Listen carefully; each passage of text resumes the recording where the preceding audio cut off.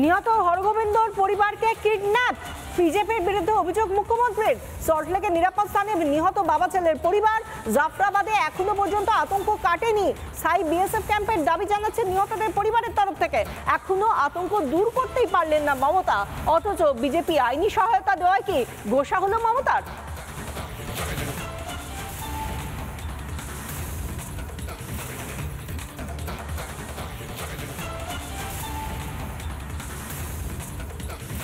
আমি নয়, দুটো পরিবারের সাথে দেখা করে 10 লক্ষ টাকা করে আমাদের কমিটমেন্ট ছিল, হাতে তুলে দিয়ে আসতাম। তো আপনারা লুকিয়ে নিয়ে গেলেন কেন? এটা কিডন্যাপিং করে নিয়ে যাওয়া নয়, কাউকে নিয়ে যাওয়া। তাদের দিয়ে কালকে আমাকে খুব গালাগালি দিয়েছেন। দিন না, আমায় গালাগালি দিলে আমার গায়ে ফোসকা পড়বে না। বাট যারা দাঙ্গা করেছেন তারা বুঝে রাখুন, আপনারা করছেন দাঙ্গা আর গালাগালি খাচ্ছি আমি। কেন?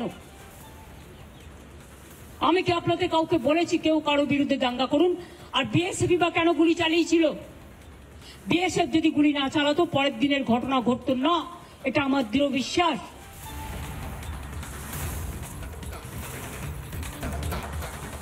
হরগোবিন্দ দাস এবং চন্দন দাস, যাদেরকে খুন করা হয়েছিল জাফরাবাদে, যাদের পরিবার এই মুহূর্তে সল্টলেকে রয়েছেন, তাদের পরিবারের তরফ থেকে ঠিক কি বলা হচ্ছে শুনুন।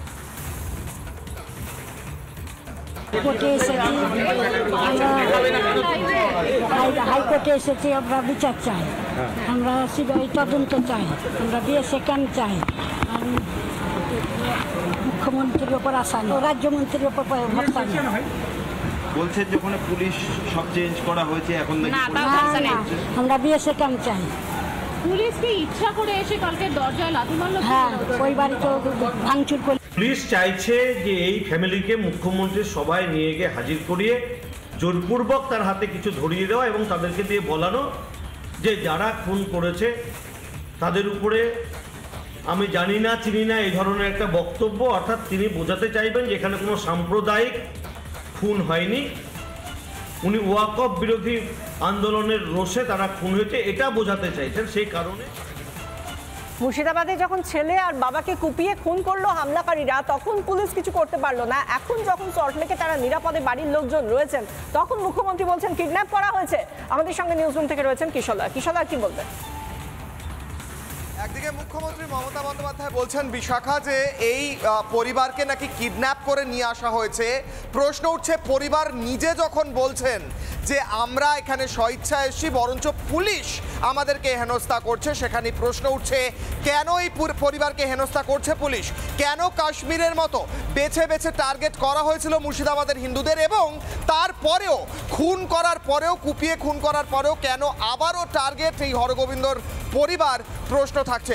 আজ বিকেল ঠিক 5:57 আমি কিশলয়ে প্রশ্ন করব, কিশলয়ের অগ্নিবাণে কেন বেছে বেছে হিন্দুদের টার্গেট মুর্শিদাবাদে? কেন মুখ্যমন্ত্রী বলছেন যে বিজেপি নাকি এই পরিবারকে কিডন্যাপ করেছে, আর অন্যদিকে এই পরিবারকে কেন হেনস্থা করছে পুলিশ? এই সমস্ত প্রশ্ন কিশলয়ের অগ্নিবাণে আজ বিকেল ঠিক 5:57।